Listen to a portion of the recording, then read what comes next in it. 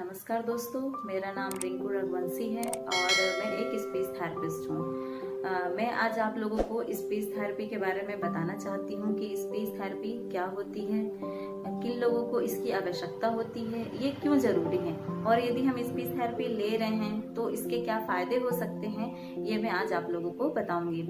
सबसे पहले speech therapy, यदि आपको बोलने में समस्या है या भाषा संबंधित कोई भी समस्या है तो उस समस्या के निवारण के लिए जो हम ट्रीटमेंट देते हैं उसे स्पीच थेरेपी कहते हैं। अब बोलने से संबंधित समस्याएं किसी भी व्यक्ति को किसी भी उम्र में हो सकती है, इसके लिए कोई उम्र निर्धारित नहीं की गई है, चाहे वो बच्चा हो या वयस्क हो या वृद्ध हो, किसी को भी ये समस्याएं हो सकती हैं। इसलिए इन समस्याओं के निवारण के लिए स्पीच थेरेपी दी जाती है। अब बोलने से संबंधित समस्याएं कौन कौन सी हो सकती हैं, जैसे कि हकलाना, तुतलाना।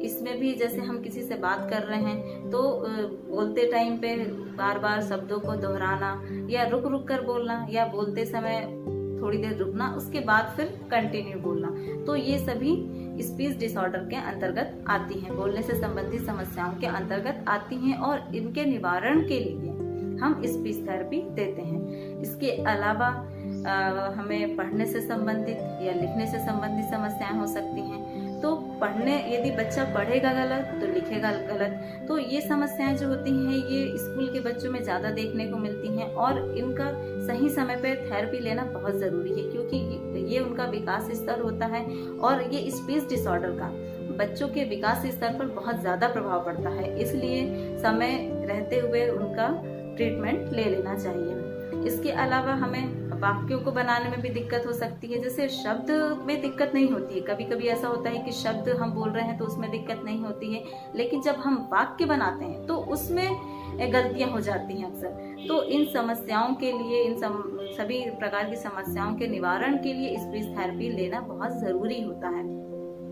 इसके अलावा आवाज में दिक्कत, कई ऐसे व्यक्ति होते हैं जिनकी, जैसे लड़के हैं तो उनकी आवाज लड़की जैसी है और लड़की है तो उनकी आवाज लड़के जैसी है, तो इस प्रकार की समस्याओं के लिए भी स्पीच थेरेपी जरूरी होती है।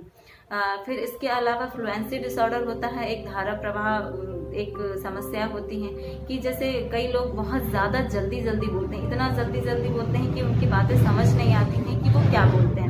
इसके अलावा कई व्यक्ति ऐसे होते हैं जो रुक रुक कर बोलते हैं, तो ये भी समस्याएं जो होती हैं वो स्पीच डिसऑर्डर के अंतर्गत आती हैं और इनके निवारण के लिए स्पीच थेरेपी लेना बहुत जरूरी होता है।